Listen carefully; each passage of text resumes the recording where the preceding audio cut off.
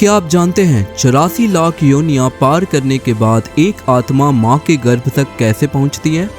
मित्रों, पद्म पुराण में यह लिखा है कि आत्मा को 84 लाख योनियों में भटकना पड़ता है और उसके बाद ही उसे मनुष्य जीवन मिलता है।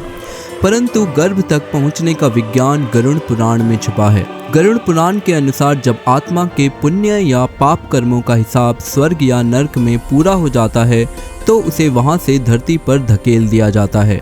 गीता में श्री कृष्ण कहते हैं, क्षीण पुण्य मृत्युलोकम विशति। इसका मतलब है कि पुण्य खत्म होते ही आत्मा को पृथ्वी की ओर धकेल दिया जाता है। आत्मा आकाश के बादलों में मिल जाती है। बादलों से वह आत्मा बारिश की बूंद बनकर धरती पर गिरती है। मिट्टी में मिलकर वह किसी पौधे, अनाज, गेहूं, चावल के अंदर प्रवेश करती है।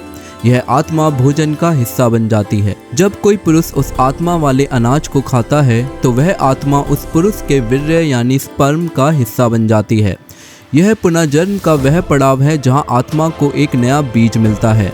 फिर संयोग से वह आत्मा मां के गर्भ में स्थापित होती है। गर्भ उपनिषद बताता है कि 7वें महीने तक बच्चे को अपने पिछले सैकड़ों जन्मों याद आते हैं। वह गर्भ के अंदर गंदगी में लटकता है और भगवान से रोकर प्रार्थना करता है कि हे प्रभु, मुझे बाहर निकालो। वह आत्मा गर्भ में ही कहती है कि मैं वादा करता हूँ कि मैं बाहर जाकर सिर्फ आपकी भक्ति करूँगा। लेकिन जैसे ही बच्चा पैदा होता है, भगवान की योग्य माया के प्रभाव से वह अपने पिछले सारे जन्मों को भूल जाता है और साथ ही भगवान से किए गए वादे को भी भूल जाता है। वह रोता है और हम खुशियाँ मनाते हैं। हम सब वही भूली हुई आत्माएं हैं जो आज तक प्रभु की भक्ति नहीं कर पाते। तो सच्चे मन से कमेंट में लिखिए हरे कृष्ण हरे राम।